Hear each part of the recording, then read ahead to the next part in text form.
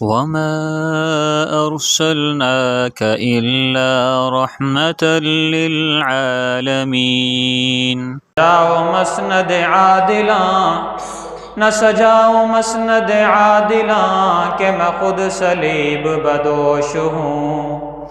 न सजाओ मसनद आदिला के मैं खुद सलीब बदोश हूँ। मुझे मेरे ही हाल पे छोड़ दो, न सितम करो न करम करो।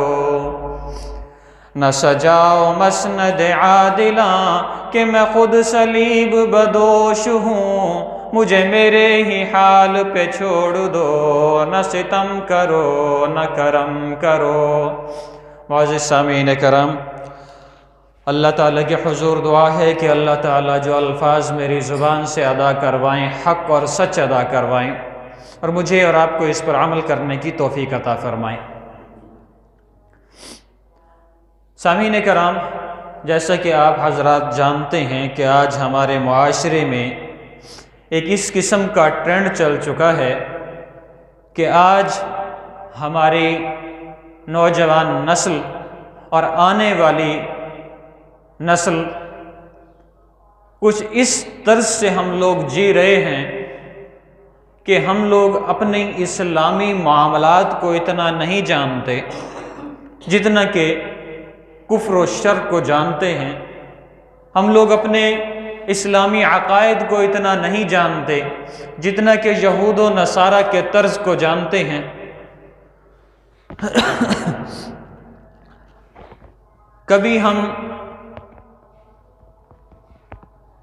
कभी हम वुमेन डे मनाते हैं यहूद व नसारा के तरीके पर, कभी हम मदर्स डे मनाते हैं यहूद व नसारा के तरीके पर,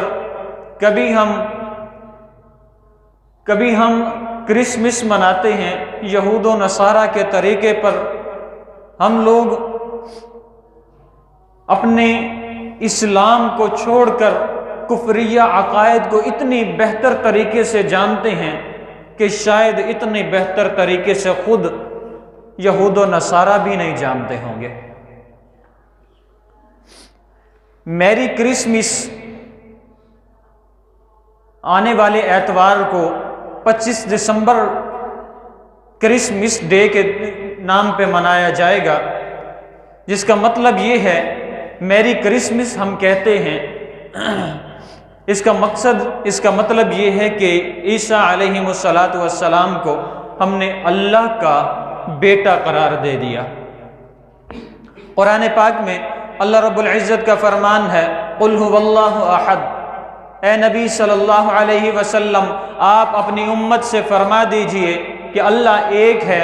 अहद के लग़वी मानी अरबी ज़ुबान में ये हैं कि अहद ऐसा कि इस जैसा कोई नहीं। अहद वो जो रज़्ज़ाक़ है, अहद वो जो सत्तार है, अहद वो जो गफ़्फ़ार है, अहद वो जो बख्शने वाला है, अहद वो जो रोज़ी देने वाला है, अहद वो जो इज़्ज़त देने वाला है, अहद वो जो इज़्ज़त देने वाला है, अहद वो जिसने आसमान को बनाया, अहद वो जिसने ज़मीन को बनाया, अहद वो जिसने समंदरों को बनाया, अहद वो जिसने पानी पर ज़मीन को खड़ा कर दिया। अहद उसे कहते हैं जो ये सारे निज़ाम को बना सके और कायनात को के निज़ाम को अहसन तरीक़े से चला सके, उसे कुल हुवल्लाहु अहद कहते हैं। दूसरा है अल्लाहु समद। अगर देखा जाए तो अल्लाह ने जितनी मखलूक़ात को दुनिया में पैदा फरमाया है, हर मखलूक को दूसरी मखलूक का मोहताज बना दिया। चाहे वो ज़ुबान वाली मखलूक है, चाहे वो बेज़ुबान मखलूक है। हम लोग बकरी पालते हैं, बकरी बेज़ुबान है मगर उसे मोहताज ज़ुबान वाले का कर दिया। और एक पेड़ लगाते हैं, दरख्त लगाते हैं, दरख्त बेज़ुबान है, दरख्त खुद हिल भी नहीं सकता। दरख्त या तो अल्लाह की कुदरत से हवा के साथ हिलेगा या फिर कोई इंसान हिलाएगा तो हिलेगा। दरख्त चल फिर नहीं सकता, दरख्त सो नहीं सकता, दरख्त बैठ नहीं सकता। 24 घंटे साल के 365 दिन वो एक ही जगह पर जहां उसे लगाया वहीं पर खड़ा रहा, मगर अल्लाह ने उसे इंसान का मोहताज बना दिया।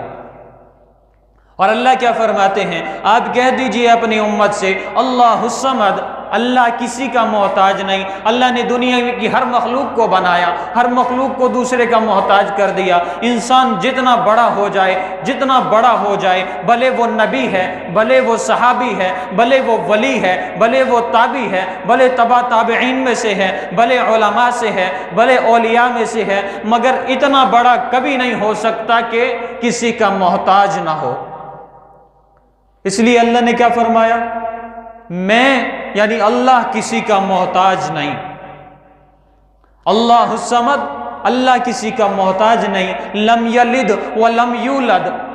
अल्लाह फरमाते हैं कि मैंने आदम अला नबीना अलैहिमुस्सलातु वस्सलाम को पैदा किया, बिना माँ बाप के पैदा किया। फिर आदम अलैहिमुस्सलातु वस्सलाम की पसलियों में से अम्मा हव्वा अलैहिस्सलाम को मैंने पैदा किया। अम्मा हव्वा अलैहिस्सलाम और आदम अलैहिस्सलाम को पैदा करने के बाद आदम को अम्मा हव्वा का और अम्मा हव्वा को आदम का मोहताज कर दिया। और इसी तरीके से आज तक जितनी भी मखलूक अल्लाह ने पैदा की है, अक्सर हम लोग दरख्त लगाते हैं और उसमें कहा जाता है कि ये नर है, ये मादी है। दरख्त की दो अक़साम हैं जो हजरत खेती बाड़ी को समझते हैं, एक नर है और एक मादी है। जानवर पालते हैं, एक नर है एक मादी है। परिंदे पालते हैं, एक नर है एक मादी है। अगर सिर्फ एक मादी हो या सिर्फ नर हो तो वो फलदार नहीं होता। अगर एक बकरी पाल ली, बकरा उसके साथ नहीं लिया या जो उसकी ज़रूरत है वो पूरी बकरे के साथ नहीं की, तो कभी भी बकरी बच्चे नहीं दे सकती। अगर एक इंसान, एक मर्द है, सारी ज़िंदगी शादी नहीं करता, मौत तक या क़यामत की सुबह तक उसकी ज़िंदगी है, तो वो अकेला ही कभी भी किसी बच्चे का बाप नहीं बन सकता। अल्लाह की कुदरत है कि अल्लाह ने औलाद पैदा करने के लिए एक वसीला बनाया, मगर अल्लाह क्या फरमाता है, लम यलिद वलम यूलद, न मैं किसी की औलाद न मेरी कोई औलाद। फिर फरमाया वलम यकुल्लहु कुफुवन अहद, मैंने आदम अला नबीना अलैहिमुस्सलातु वस्सलाम से लेकर मुहम्मदुर रसूलुल्लाह सल्लल्लाहु अलैहि वसल्लम तक सबसे आला व अरफा इंसान पैदा किए।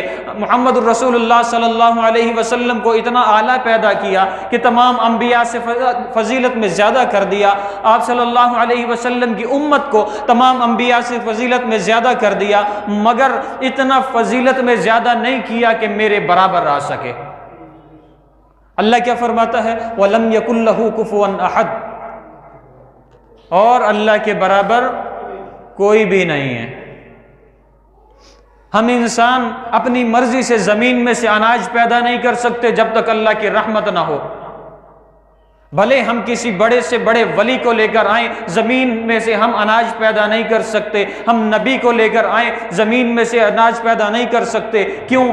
नबी है, उसकी फजीलत अपनी जगह, उसकी रुतबा उसका अपनी जगह, उसकी कदर व मंजिलत अपनी जगह, मगर वो इतनी फजीलत नहीं रखता कि अल्लाह की बराबरी करके ज़मीन में से अनाज को उगा कर दिखा दे। जितने भी अंबिया अलैहिमुस्सलातु वस्सलाम आए, अल्लाह ने उन्हें उनके मुताबिक फजीलत अता की। मुहम्मदुर रसूलुल्लाह सल्लल्लाहु अलैहि वसल्लम को तमाम अंबिया पर फजीलत अता फरमाई, मगर अल्लाह खुद क्या फरमाते हैं, वलम यकुल्लहु कुफुवन अहद, कि और मेरे बराबर कोई नहीं है, और मेरे बराबर कोई नहीं। और कुरान पाक में अल्लाह रब्बुल इज़्ज़त का इरशाद है, जिसका मफ़हूम है कि जब अल्लाह पर तोहमत लगाई जाती है, आसमान कहता है कि क्या मैं फट जाऊं, जमीन कहती है कि क्या मैं फट जाऊं, पहाड़ कहते हैं कि रेजा रेजा हो जाएं, अल्लाह पर तोहमत लगाने के लिए आया है। काफिर तो काफिर है, तू तो मुसलमान है। काफिर ने अपने अकीदे के मुताबिक हैप्पी न्यू ईयर कहकर एक नए साल का आगाज किया। काफिर ने रात के 12 बजे उठा और हर किस्म की बेगैरती, जिनाकारी और हर किस्म की फहाशी फैलाई, मगर तू तो मुसलमान है, तुझे क्या जरूरत पड़ी हैप्पी न्यू ईयर कहने की? क्या जानता नहीं कि इंसान जब एक पैदा होता है, जिस दिन पैदा हुआ 24 घंटे के बाद उसकी जिंदगी के 24 घंटे कम हो जाते हैं, साल के 12 महीने कम हो जाते हैं। जैसे जैसे दिन बढ़ते जाते हैं वैसे वैसे उम्र घटती जाती है। क्या उम्र घटने की खुशी मनाते हैं? कभी हमने सोचा कि इतने बड़े हो गए, मजीद 1 साल गुजर गया, इस 1 साल में हमने अपनी जन्नत के बारे में क्या किया? हमारे पास जो सबसे पहला संदूक है जिसमें हमें बंद कर दिया जाएगा, सबसे पहला गड़ा है जिसमें हमें लेटा दिया जाएगा, क्या उस गड़े में जाने के लिए हमने क्या 3 सवालों की भी तैयारी की? अगर फरिश्ता आकर सवाल करता है मर रब्बु का, क्या मेरे पास इस सवाल का जवाब है? फरिश्ता सवाल करता है कि तेरा रब कौन है, क्या उस वक्त मैं जवाब दे पाऊंगा? इस बारे में हम नहीं सोचते। हाँ, हम इसे इस तरीके से मनाते हैं जैसे बिल्कुल यहूद और नसारा मनाया करते हैं। यहूदी कहते हैं उज़ैर अलैहिस्सलाम अल्लाह के बेटे हैं, ईसाई कहते हैं ईसा अलैहिस्सलाम अल्लाह के बेटे हैं, जबकि अल्लाह फरमाता है कि लम यलिद वलम यूलद, मेरी कोई औलाद नहीं, मैं किसी की औलाद नहीं। जब अल्लाह फरमा रहा है, अल्लाह कुरान पाक में वाज़ेह अल्फाज में फरमा रहा है कि मैं किसी की औलाद नहीं, मेरी कोई औलाद नहीं, फिर हम मुसलमान होकर, इस्लाम के दावेदार होकर, नबी करीम सल्लल्लाहु अलैहि वसल्लम के उम्मती होकर, अपने आप को सबसे अफजल उम्मत मानने वाले हम ये कहते हैं, इस्लाम के दाई बनकर कहते हैं मैरी क्रिसमस। इस्लाम इस चीज़ की इजाज़त नहीं देता कि किसी भी दूसरे मज़हब के अक़ीदे पर तुम रोक लगाओ। हाँ, कुरान पाक में ये हुक्म है कि तुम जाओ यहूद व नसारा के पास और जाकर उन्हें इस्लाम की दावत दो। अगर वो इस्लाम पर नहीं आते तो उनसे कहो कि वो फिदिया अदा करें। अल्लाह की ज़मीन पर रहकर, अल्लाह की ज़मीन पर रह रहे हैं, अपनी मर्जी से, अपने मर्जी के इस्लाम पर, अपनी मर्जी के मज़हब पर रह रहे हैं, तो फिर ऐसा करें कि इस ज़मीन पर रहने का टैक्स मुसलमानों को अदा करें। और अगर वो ये भी नहीं करते तो फिर उनसे कहो कि मैदान जंग में आओ। अगर तुम्हें शिकस्त हो गई तो हम गालिब आ जाएंगे, हमें शिकस्त हो गई तो तुम गालिब आ जाना और इस ज़मीन पर मुफ्त रह जाना। कि कुरान पाक का हुक्म है कि फिर क़िताल का, फिर अगर वो इस्लाम पर नहीं आते और अल्लाह की ज़मीन पर रहकर टैक्स अदा नहीं करते तो फिर क्या है कि क़िताल के लिए तैयार हो जाओ, हम तुम्हारे साथ जंग करेंगे। अगर उसमें जीत गए तो ज़मीन तुम्हारी और यकीनन इस्लाम गालिब ही रहेगा, इसलिए इस्लाम वाला हारेगा नहीं। मगर आज जिस किस्म के हम मुसलमान हैं, कोई यकीन के साथ कह सकता है कि किसी काफिर के सामने जाकर हम उसे ये कह दें कि भाई तुम मेरे जैसा बन जा? सहाबा कराम का जो तर्ज अमल था वो ये था, किसी काफिर को ये नहीं कहते थे कि तुम मुसलमान हो जा, वो ये कहा करते थे कि भाई तुम हम जैसे हो जाओ, जैसे हम हैं वैसे तुम हो जाओ। अगर हमारे जैसे नहीं बन सकते तो फिर क्या करो? टैक्स अदा करो। टैक्स भी अदा नहीं करते तो फिर मैदान जंग में आओ। 3 ऑप्शन दिए जाते थे। आज हम में से कोई भी शख्स, मुझे तो नहीं लगता कि मैं भी अगर किसी काफिर के सामने जाकर ये कहूं कि भाई तू मुसलमान हो जा या तू मेरे जैसा हो जा, वो कहेगा बेवकूफ़ आदमी, मैं तेरे जैसा कैसे हो जाऊं? तेरे अंदर तो पता नहीं कौन कौन सी खामी है, मैं तेरे जैसा बन जाऊं। वक्त काफ़ी मुख्तसर है। एक इलाके में एक ईसाई औरत रहा करती थी, बड़ी ज़ईफ़ थी और बीमार रहती थी। उसके पास मोहल्ले के चंद मोतबर लोग गए और जाकर कहने लगे कि बड़ी भी आपकी उम्र काफ़ी ढल चुकी है, न जाने मौत कब आके आपको लपेट ले, आखिरी वक्त है, आखिरी दिन चल रहे हैं आपके, हमेशा बीमार रहती हैं, कलमा पढ़ के मुसलमान हो जाएं। उसने कहा कि हज़रत मैं मुसलमान तो हो जाऊं, किस किस्म की मुसलमान बनूं? क्या देवबंदी मुस्लिम बनूं, बरेलवी मुस्लिम बनूं, अहल हदीस मुस्लिम बनूं? कौन सी मुसलमान? आपके कुरान पाक में अल्लाह रब्बुल इज़्ज़त ने जो हुक्म जारी फरमाया है, किस फ़िरके का फरमाया? नबी अलैहिस्सलातु वस्सलाम ने आपको किस फ़िरके का हुक्म दिया? मुझे बताएं, मैं उसी फ़िरके की मुसलमान बन जाती हूँ। हम तो अपनी फ़िरका वारियत को ही नहीं समेट सकते।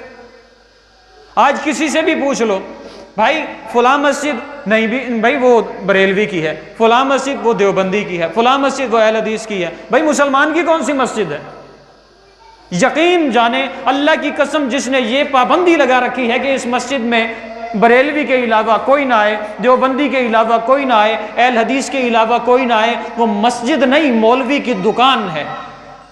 और अल्लाह रब्बुल इज़्ज़त से दुआ है कि ऐसी दुकानों से हमें बचाए, हमें हमारी मस्जिदें अता फरमाए। अल्लाह ताला मुझे और आपको अमल करने की तौफीक अता फरमाए। व आखिर दावाना अल्हम्दुलिल्लाह।